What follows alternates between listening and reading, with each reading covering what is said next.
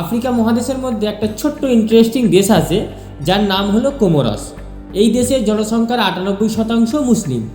আইসল্যান্ডের দ্বীপ হওয়ায় দেশটি নিয়ে খুব একটা তেমন আলোচনা হয় না।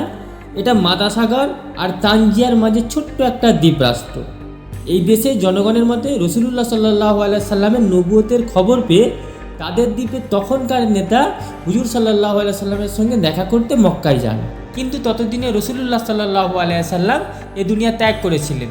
এরপর তিনি ইসলাম কবুল করে দেশে ফিরে আসেন এবং পরবর্তীতে ওসমান ইবনে আফফান রাদিয়াল্লাহু তাআলা আনহুর ছেলে মুহাম্মদ ইবনে ওসমানও সেখানে এসেছিলেন এবং উভয়ের নেতৃত্বে পুরো দেশটাই মুসলিম হয়ে যায়। পরবর্তীতে এই দ্বীপে বহু মুসলিম ব্যবসায়ীদের আনাগোনা শুরু হয় এবং ওমানিদের কাছে এই দ্বীপ পারফিউম দ্বীপ হিসাবে পরিচিত ছিল। এবং পরবর্তীতে এই দ্বীপগুলি ফ্রান্স কলোনাইজ করে।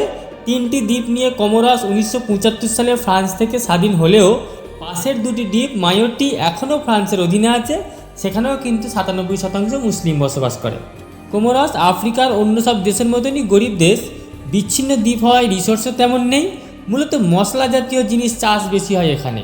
তবে এটি একটি ছোট্ট দ্বীপরাষ্ট্র হলেও এখানে কিন্তু একটা খুব গুরুত্বপূর্ণ জিনিস পাওয়া যায়। ইলং ইলং নামের একটি গাছ আছে যেখান থেকে তৈরি হয় অ্যাসেন্সিয়াল অয়েল, যেটা আমরা পারফিউমে ব্যবহার করে থাকি। আর এই জিনিসের 80% সাপ্লাই কিন্তু এই ছোট্ট দ্বীপরাষ্ট্র কোমোরস থেকে আসে।